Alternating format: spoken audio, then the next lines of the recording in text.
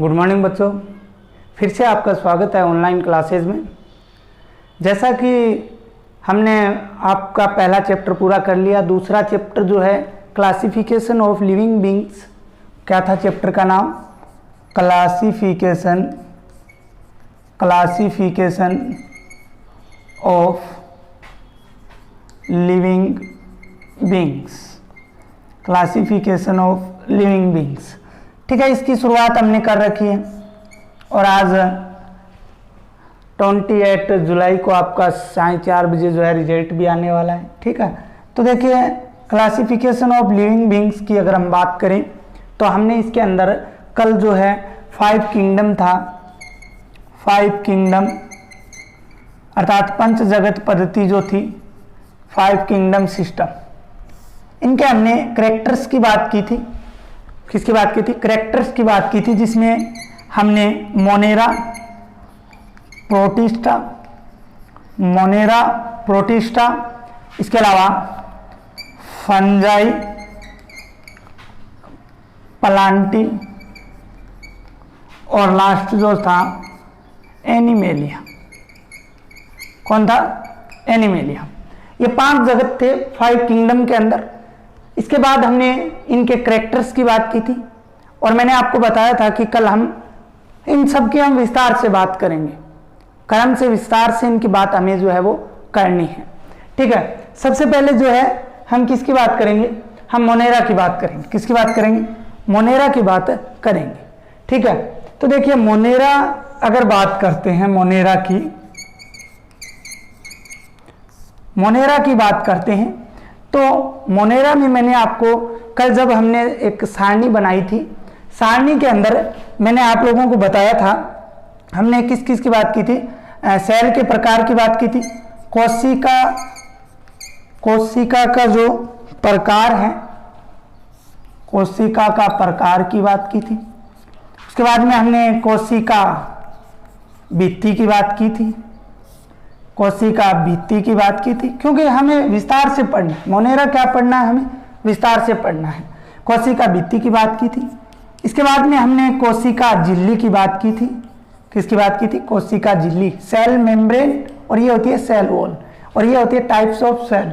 कोशिका झिल्ली की बात की थी। इसके बाद में हमने काय संरचना, बॉडी स्ट्रक्चर की बात की थी। ठीक है, इसके बाद में मैंने आपको बताया था, क्या बताया था? पोषण, न्यूट्रिशन, इसका क्या होता है? पोषण की विधि की हम लोगों ने बात की थी। ठीक है, और लास्ट में हमने जनन की विधि की बात की थी, जनन की विधि। तो प्यारे बच्चों, ये हमने आज फिर से पढ़ने, क्योंकि मोनेरा का हम विस्तार से बात करेंगे। सबसे पहले टाइप्स ऑफ सेल, मैंने आपको बताया था कोशिका, सेल। देखो आपको पता है सेल के बारे में, कोशिका के बारे में आपके चैप्टर नंबर 8 दिया हुआ है। कितना नंबर? Chapter number 8। हम कोशिका नाम से पढ़ेंगे और लास्ट तक पढ़ेंगे विस्तार से। लेकिन आप लोग इतना जानते हो, कोशिका हमारे शरीर की सबसे छोटी क्रियात्मक एवं संरचनात्मक इकाई होती है, ये सभी को पता है। कोशिका के अंदर एक केंद्रक पाया जाता है, केंद्रक झिल्ली भी होती है। कोशिका भित्ति किस में होती है, किस में नहीं होती, कल भी मैंने आपको बताया था। तो कोशिका के प्रकार हैं प्रोकैरियोटिक एंड यूकैरियोटिक, ये भी हम 8वें चैप्टर में पढ़ेंगे। वहां पे हमें ये नहीं पढ़ना, लेकिन हमें पता होना चाहिए कोशिका होती क्या है, वहां पर हम विस्तार से पढ़ेंगे इसको। तो कोशिका का प्रकार, कोशिका के टाइप्स मैंने 2 बताए थे। एक बताया था आपको प्रोकैरियोटिक सेल, और दूसरा मैंने आपको बताया था यूकैरियोटिक सेल।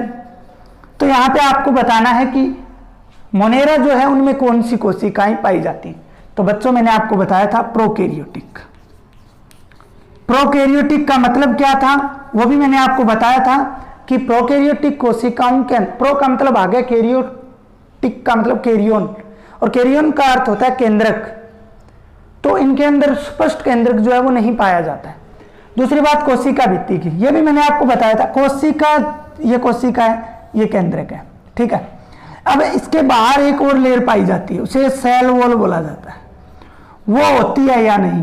तो इनके अंदर सेलुलोज रहित होती है। क्या होती है? सेलुलोज जो है वो रहित होती है, इसके अलावा और किसी की होती होगी, लेकिन होती है। ठीक है, बात करते हैं कोशिका झिल्ली की। तो ये कोशिका के चारों ओर का आवरण क्या कहलाता है? कोशिका झिल्ली, सेल मेम्ब्रेन। ये इसके अंदर अनुपस्थित होती है, अर्थात पाई ही नहीं जाती, अनुपस्थित या एब्सेंट होती है। काय संरचना, बॉडी स्ट्रक्चर, हमारा जो शरीर है वो बहुकोशिकीय है। उत्तक, भाई बहुत सारी कोशिकाएं मिलकर उत्तक बनाएंगी, उत्तकों से बना हुआ है। उत्तक मिलकर अंग बनाते हैं, तो अंग भी है हमारे शरीर में, और अंग मिलकर अंग तंत्र बनाते हैं, वो भी हमारे शरीर में उपस्थित हैं, जैसा कि आपने क्लास 10 में 2 नंबर चैप्टर के अंदर पढ़ा था। तो यहाँ पे हमें मोनेरा वाले जीवों की बात करनी है कि मोनेरा जगत के अंदर कौन से प्राणी रखे जाएंगे। तो उनके अंदर काय संरचना जो है वो एक कोशिकीय होती है। क्या होती है? एक कोशिकीय। अब एक कोशिकीय का क्या मतलब है? यूनिसेलुलर। एक कोशिकीय का क्या मतलब है? अर्थात एक प्लस कोशिका। जिस जीव का शरीर केवल एक कोशिका से बना हो, जिस जीव का शरीर किससे बना हो? एक कोशिका से बना हो, उसे क्या बोला जाता है? एक कोशिकीय बोला जाता है। तो इनके जो है वो एक कोशिका से ही बना हुआ शरीर होता है। नेक्स्ट देखिए, पोषण की विधि। पोषण का मतलब पढ़ के आए हो आप 10वीं क्लास में, पाचन तंत्र के अंदर पोषण शब्द आया था। जो भी हम भोजन ग्रहण करते हैं, उस भोजन ग्रहण करने की क्रिया को क्या बोलते हैं? पोषण बोलते हैं। तो ये ऐसे जीव हैं, मोनेरा जगत के जीव हैं, वो किस प्रकार से पोषण करते हैं? तो पोषण ये परपोषी भी हो सकते हैं और स्वपोषी भी हो सकते हैं। अगर बात करें परपोषी क्या होता है? परपोषी होता है दूसरे जीवों से भोजन प्राप्त करना। इसमें स्वयं का कोई काम नहीं होता है, दूसरों पर निर्भर रहना भोजन के लिए। जैसे हम लोग हैं, हम लोग स्वयं भोजन नहीं बनाते हैं। रोटियां बनाना भोजन बनाना नहीं है यहाँ पे कि हमने रोटी बनाकर स्वयं बनाई है और खा ली, यह नहीं। हमें वो कहाँ से मिला? जिसका हम भोजन बना रहे हैं वो हमें कहाँ से मिला? ठीक है, तो वो हम स्वयं नहीं बना सकते, वो किसी ना किसी मैटर से बनता है। जैसे पादपों से हमें बहुत सारे जो धान है वो प्राप्त होते हैं, अनाज हैं वो प्राप्त होते हैं, मसाले जो प्राप्त होते हैं, तो हम वहाँ से ग्रहण कर, अर्थात दूसरे जीवों पर निर्भर हैं। तो परपोषी मीन्स क्या होता है? दूसरे जीवों पर निर्भर। स्वपोषी, स्व का मतलब स्वयं, पोषी का मतलब पोषण। स्वयं पोषण, अपने शरीर द्वारा ही पोषण। पादप किसी से भोजन मांगते हैं क्या? नहीं मांगते, वो स्वयं भोजन बनाते हैं अपने पूरे शरीर के अंदर। ठीक है, उसी प्रकार ये जो मोनेरा जगत के प्राणी हैं ये स्वयं भोजन भी कर सकते हैं। कैसे? एक तो केमिकली रूप से कर सकते हैं और एक फोटोसिंथेसिस क्रिया द्वारा, अर्थात रसायन संश्लेषण द्वारा और प्रकाश संश्लेषण द्वारा, प्रकाश की उपस्थिति में, और दूसरा जो है वो किसके द्वारा? रसायनों की उपस्थिति में ये अपना भोजन जो है वो स्वयं बना सकते हैं। जनन की विधि। जनन का मतलब होता है रिप्रोडक्शन, अर्थात अपने वंश के अंदर वृद्धि करना, अपने जैसे संतति को उत्पन्न देना, अपने जैसे बच्चे को उत्पन्न करना। संतति का मतलब क्या होता है? ऑफस्प्रिंग। ठीक है ना, जो भी अपने जैसे जीव को उत्पन्न करता है उसे क्या कहा जाता है? संतति। और जन्म देने वाले क्या होते हैं? जनक, पेरेंट्स जिन्हें हम लोग बोलते हैं। तो जनन की विधि इसके अंदर संयुग्मन होती है। क्या होती है? सहयुग्मन होती है। ये मैटर है मोनेरा का। बात करते हैं मोनेरा की आगे कि मोनेरा में ये बातें हो गई, ठीक है। अब जो है मोनेरा के अंदर कौन से प्राणी रखे गए हैं और जो मोनेरा है उसके अंदर उन प्राणियों के क्या लक्षण होते हैं उनकी हम बात करेंगे। एक नाम लेता ही आपको समझ में आ जाएगा, वो नाम क्या है। देखिए, मोनेरा, मोनेरा किंगडम जो है उसके अंदर बैक्टीरिया को रखा गया है। किसको रखा गया है? बैक्टीरिया। अब दिक्कत आती है, बैक्टीरिया क्या है? बैक्टीरिया, बैक्टीरिया को जीवाणु बोला जाता है। क्या बोला जाता है? जीवाणु। सुना है नाम सभी ने। अभी हम विषाणु का प्रकोप जो है वो झेल रहे हैं कोरोना के रूप में, लेकिन ये क्या है? मोनेरा जगत के अंदर किसको रखा जाता है? किसको? जीवाणु या बैक्टीरिया को रखा जाता है। बैक्टीरिया जितने भी हैं उनको यहाँ रखा जाता है।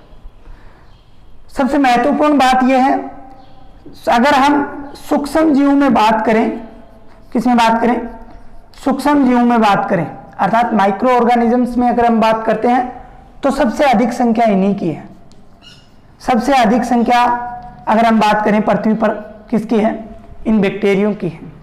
क्यों है इसका कारण बताता हूं आपको। क्योंकि बैक्टीरिया जो होते हैं वो किसी भी स्थान अर्थात प्रत्येक स्थान पर सर्वव्यापी होते हैं, सभी स्थानों पर मिल सकते हैं, सभी स्थानों पर जीवित रह सकते हैं। सभी स्थानों पर वहां पे नहीं जहां पे अनुकूल परिस्थितियां हो। अनुकूल परिस्थितियों का मतलब है जहां पे उनके जीवित रहने के लिए वातावरण जो हो उनके अनुकूल हो, ठीक है। लेकिन ये बर्फ है, गर्म झरने हैं, गर्म झरने, मरुस्थल, समुद्र की गहराई, समुद्र की गहराई आदि स्थानों पर भी रह सकते हैं जहां पे अन्य जीवों का जीवित रहना नामुमकिन है। लेकिन बैक्टीरिया जो है वो वहां पर आसानी से जीवित रह सकते हैं, इसलिए ये सर्वव्यापी होते हैं। इनकी संख्या सबसे अधिक जो है वो होती है। इसके अलावा अगर बात करें तो ये जो होते हैं ये जीवों के शरीर पर रह सकते हैं। कहाँ रह सकते हैं? जीवों के शरीर पर रह सकते हैं। इसके अलावा शरीर के अंदर भी रह सकते हैं, शरीर के अंदर भी जीवित रह सकते हैं, ठीक है। जैसे आंत के अंदर पाए जाते हैं, महिला के अंदर योनि की बात करें तो उसमें भी लैक्टोबैसिलस जीवाणु जो है वो पाया जाता है। तो शरीर के अंदर भी ये जीवित जो है वो रह सकते हैं। इसके बाद में अगर हम बात करें आकार के आधार पर कि भाई आकार के आधार पर जीवाणु जो है वो 4 प्रकार के होते हैं। आकार के आधार पर, किसके आधार पर? आकार के आधार पर जीवाणु जो हैं वो 4 प्रकार के होते हैं। आधार पर 4 प्रकार के होते हैं। कौन कौन से होते हैं देखिए आप। 4 प्रकारों की बात करें तो एक तो होता है गोलाकार, समझिए पहले गोलाकार। कौन सा होता है? गोलाकार। दूसरा अगर बात करें तो होता है छड़ाकार। दूसरा कौन सा होता है? छड़ाकार। तीसरा अगर हम बात करें तो 3 नंबर अगर हम छड़ाकार हो गया कोमाकार, कोमाकार। और लास्ट है सर्पिलाकार, सर्पिलाकार, ठीक है। 4 प्रकार होते हैं। गोलाकार को कोक्स बोला जाता है। क्या बोला जाता है? कोक्स। और अगर बहुवचन की बात करें तो होते हैं कोकाई। बहुवचन में इसको क्या बोलेंगे? कोकाई, वरना क्या बोलते हैं? कोक्स। ऐसे गोलाकार इस प्रकार के होते हैं, ये कोक्स के अंदर आते हैं। दूसरा छड़ाकार। छड़ाकार की अगर बात करें तो इनको बोला जाता है, छड़ाकार की अगर हम लोग बात करते हैं तो इसको बेसिलस बोला जाता है। क्या बोला जाता है? बेसिलस जो है वो बोला जाता है। और बहुवचन की बात करें तो बेसिलाई, बेसिलाई बोला जाता है। बहुवचन में क्या बोला जाता है? बेसिलाई बोला जाता है। कोमाकार को बोला जाता है विवीरिय, विवीरियम। और बहुवचन में बोला जाता है विवीरिया, ठीक है। बात करते हैं छड़ाकार या बेसिलस की, तो ये इस प्रकार के होते हैं, इस प्रकार छड़ाकार। ये क्या हो गए? ये हो गए आपके बेसिलाई। कोमाकार, कोमा जैसे, कोमा हिंदी में ऐसे लगाते हैं तो ये इस प्रकार के होते हैं। क्या होते हैं? इस प्रकार के कोमा जैसे होते हैं। विवीरियम बोलते हैं और विवीरियो इनको बोला जाता है। जैसे एक जाति विवीरियम कोलाई, ठीक है। सर्पिलाकार, सर्पिलाकार को अगर हम बात करें तो इनको बोला जाता है स्पाइरिलम। क्या बोला जाता है? स्पाइरिलम, स्पाइरिलम, ठीक है। और अगर हम बात करते हैं बहुवचन की, अगर हम बात करें तो स्पाइरिला इनको बोला जाता है, स्पाइरिला। कैसे होंगे आकृति में? आकृति में इस प्रकार के होते हैं, इस प्रकार के इनके ऊपर कसाब भी पाए जाते हैं, ठीक है ना। इस प्रकार के ये होते हैं, इस प्रकार के। तो ये थे इनके आकार के आधार पर प्रकार। बाकी जो है हम जीवाणु के बारे में कल पढ़ेंगे, मोनेरा जगत के बारे में बहुत सारी बातें हैं, इनके सामान्य कैरेक्टर्स पढ़ेंगे। आगे बैक्टीरिया है, यू बैक्टीरिया है, उनकी हम बात जो है वो कल वाली वीडियो के अंदर करेंगे। आज के लिए इतना।